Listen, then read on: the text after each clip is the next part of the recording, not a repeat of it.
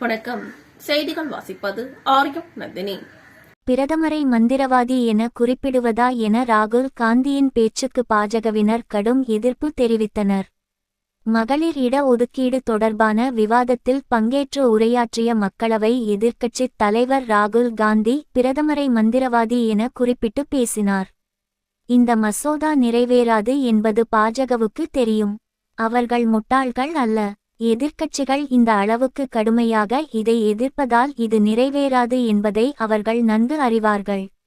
ஆளும் கட்சியின் இந்த முயற்சிக்கு முக்கிய காரணம் ஒரு மந்திரவாதி. அந்த மந்திரவாதி நமது நாட்டின் தேர்தல் வரைபடத்தை மாற்ற விரும்புகிறார். பெண்களுக்கு ஆதரவானவர் என தன்னை காட்டிக்கொள்ள விரும்புகிறார்.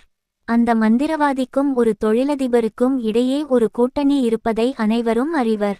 வாலாகோட் தாக்குதல், பணமதிப்பிழப்பு நடவடிக்கை, சிந்தூர் விவகாரம் ஆகியவற்றின் பின்னணியில் இருந்த அந்த மந்திரவாதி தற்போது திடீரென கையும் களவுமாக பிடிபட்டுள்ளார் என ராகுல் காந்தி குறிப்பிட்டார். அவரது இந்த கருத்துக்கு எதிர்ப்பு தெரிவித்து பாஜக எம்பிக்கள் அமளியில் ஈடுபட்டனர். அப்போது பேசிய பாஜக எம்பியும் மத்திய அமைச்சருமான கிரண் ரிஜிஜு, மக்களால் தேர்ந்தெடுக்கப்பட்ட ஒரு பிரதமரை மந்திரவாதி என குறிப்பிடுவது தரம் தாழ்ந்த பேச்சு. மக்களவை எதிர்க்கட்சித் தலைவராக இருப்பவர் இவ்வாறு பேசுவதை அனுமதிக்க முடியாது. பிரதமரின் கண்ணியம் காக்கப்பட வேண்டும். தனது தரம் தாழ்ந்த பேச்சுக்காக ராகுல் காந்தி மன்னிப்பு கோர வேண்டும் என வலியுறுத்தினார். பாதுகாப்பு அமைச்சர் ராஜ்நாத் சிங் பேசும்போது ராகுல் காந்தி கண்ணியத்துடன் பேச வேண்டும். நாட்டு மக்களின் ஆதரவை பெற்றுள்ள ஒரு பிரதமரை தரம் தாழ்ந்து கிண்டல் செய்வது அடாவடித்தனமானது. இப்படி பேசுவதை ஒருபோதும் ஏற்க முடியாது என கூறினார்.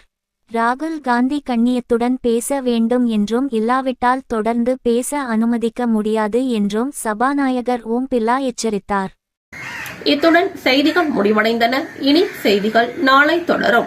உங்களிடமிருந்து விடைபெறும் மனித உரிமைகள் மீட்பு செய்தியாளர் ஆரியம் நந்தினி.